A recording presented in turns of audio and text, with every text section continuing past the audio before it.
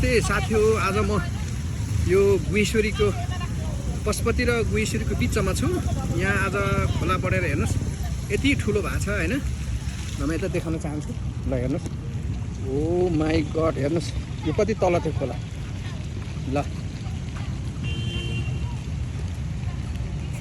ओहो, ल हेर्नुस् है, अब यसले कति क्षति गर्ने हो।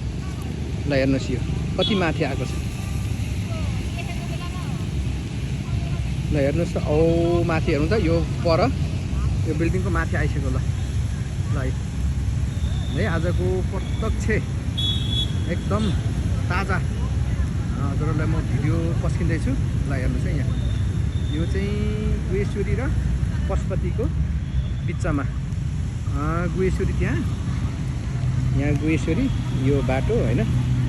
यो आजको एकदम ताजा अपडेट हजुरहरूलाई यो एबिआर ब्लगमा हजुरहरूलाई स्वागत छ। यो एकदमै ताजा अपडेट। ल हेर्नु, बढेर खोला माथि आइसकेको छ। ल हेर्नुहोस् कति माथि आइसकेको छ। ल हेर्नुहोस् है, यो आज साउन 3 गते कति ठुलो भएको छ।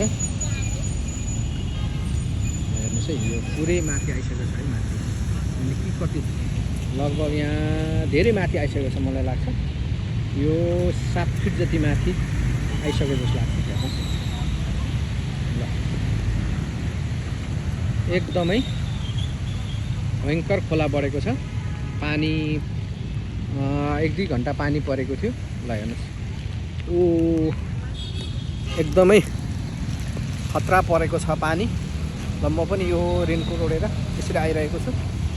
ल सबैजना सुरक्षित रहनु होला, आफ्नो ख्याल गर्नु होला, सुरक्षित रहनु होला। जहाँ जस्तो अवस्था हुन्छ एकदम सुरक्षित रहनु होला।